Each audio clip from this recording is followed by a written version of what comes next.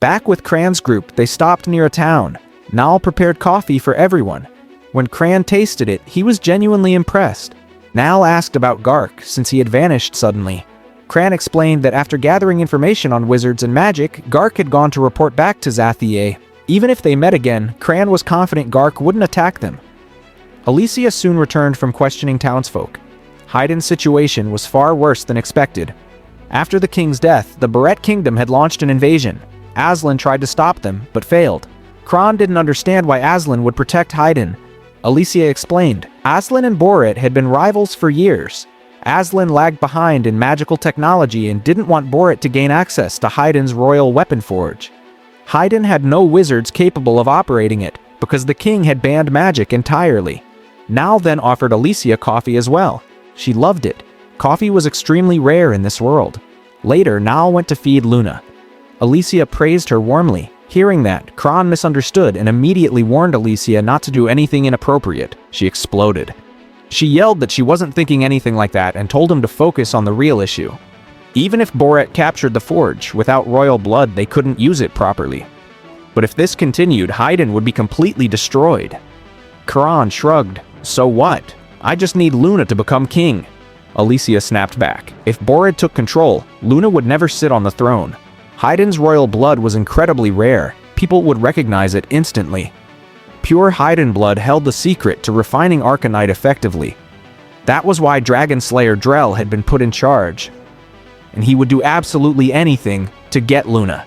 Drell and Alicia's father once shared a long history. They were close, almost like comrades.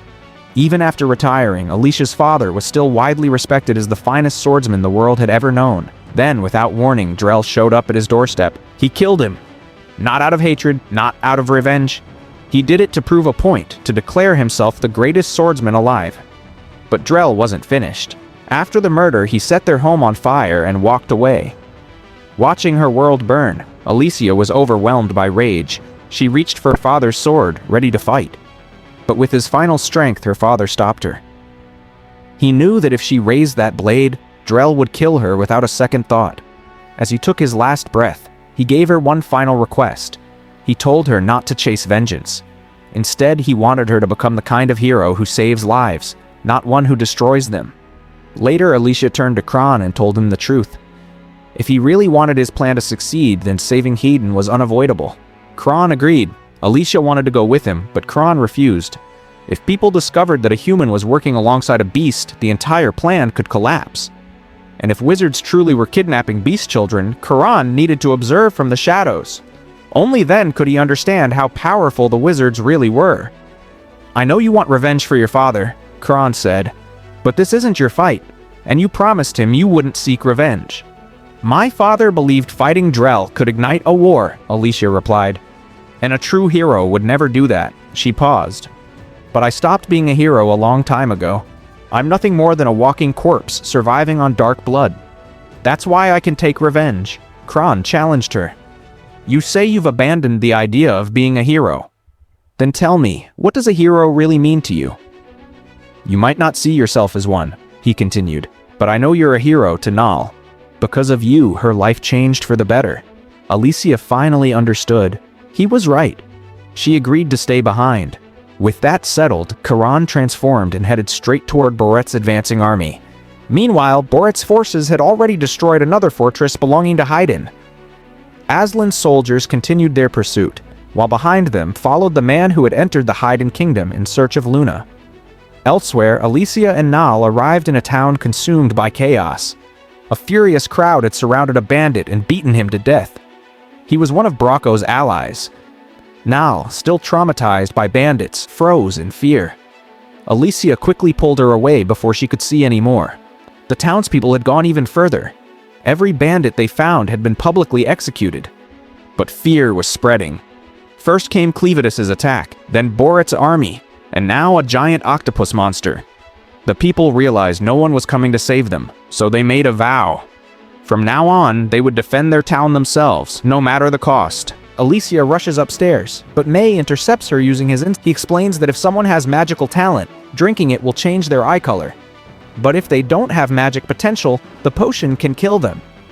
Ignoring Nal's screams, May forces the medicine toward Luna, Hearing Nal's voice, Alicia rushes upstairs, but May intercepts her using his insects. He's surprised to see a female swordsman protecting the Haiden child, but it doesn't matter to him. He intends to kill her regardless. Back in the room, Luna still hasn't swallowed the potion. Nal struggles with everything she has to break free. Ni mocks her, saying resistance is pointless. With her power, she can stop even charging bulls, and the bed frame pinning Nal would take more strength than 2 bulls to move. That's when Nal snaps. Fueled by pure rage, she shoves the bed frame with everything she has. It flies straight out of the house. At the same time, Alicia dodges May's attack and kicks the insect monster out of the air. Seeing this, May finally understands who Alicia really is. When Alicia reaches the room, Nay has already been defeated. Somehow, Nal has even managed to throw 2 entire bed frames outside. Alicia quickly tells her the truth. Everyone is after Luna. Until Cran returns, they have to survive on their own. Suddenly, swarms of insects block every escape route. Alicia tells Nal to trust her and jump. They leap together in mid-air. Alicia slashes through the insects, clearing a path. Ni regains consciousness and hurls an axe at them, but it strikes the insects instead. Surrounded by so many bugs, Ni realizes her metal control is useless here. She decides she'll need to report this to May.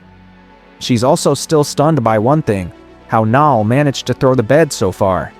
Outside, Alicia and Nal notice something strange. The insects stopped following them. That means the bugs were ordered only to surround the inn. Believing the forest might be safer, they head toward it, only to find even more insects waiting there. Alicia can't repeatedly use her technique. She won't last if she keeps fighting non-stop. So together they search for a place the insects can't enter. Meanwhile, Nay reports to May.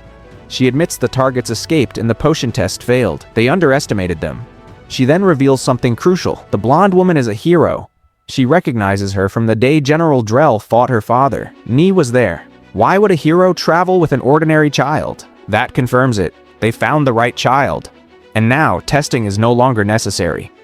The thought of capturing and torturing them excites May. He gathers all the townspeople in one place. The citizens protest. They mock him, saying bugs won't scare them. They're armed and ready to fight. They demand to know why Borat's army is even here. May responds calmly. He claims they didn't invade. They came to protect the country from the Dark Beast King. The beast has already attacked once. If it strikes again, the town won't survive. The people argue back. He's the one who brought the insects, and they even killed one of his men. May brushes it off as an accident. He says they're searching for criminals, one of them being a female hero, one of the 13 responsible for Haiden's downfall. He asks the townspeople to cooperate and help capture Alicia. Elsewhere, Borat's army crosses a river. Drell realizes Aslan's forces are already waiting and orders them to come out. That's when Aslan's commander, Rude, launches a surprise attack, freezing the entire river solid. The soldiers' legs are locked in ice, and despite being heavily outnumbered, Aslan's army gains the advantage. Drell recognizes Rude immediately. He's a descendant of the hero Royce. The weapon in his hands is Frostflower, the same blade that once wiped out an entire Dark Beast army. Drell points out the flaw. Rude hasn't fully mastered its power. That's why he placed wizards around the battlefield to lower the temperature before freezing the river. Rude attacks, but Drell blocks it effortlessly. Rude counters by freezing Drell's horse solid, forcing Drell to dismount. Their clash is evenly matched, until Drell activates his sword's true power. A massive dragon claw manifests, slashing Rude and knocking him down. Seeing their commander fall, Aslan's army rushes forward. Drell attacks indiscriminately, blowing away both enemy troops and his own. He declares that those who can't break the chains of this world don't deserve to move beyond it. Rude is confused. What chains? Drell explains. His goal is to destroy the legends of heroes. Those legends force people to fight impossible battles, and he intends to erase that cycle. Drell spares Rude's life, acknowledging him as a worthy opponent, and marches on. Then Clevitus appears, the South Beast. Lord's presence alone terrifies everyone. Clevitus recognizes Drell instantly and questions the origin of his magic. Someone has been kidnapping both human and Dark Beast children, and that magic is connected to it. Drell mocks him, saying he expected more from the Lord of Beasts. Clevitus replies coldly, anyone who trespasses in his territory must be punished. That is the law of this world. Drell asks who gave him the right to decide that law. Clevitus has had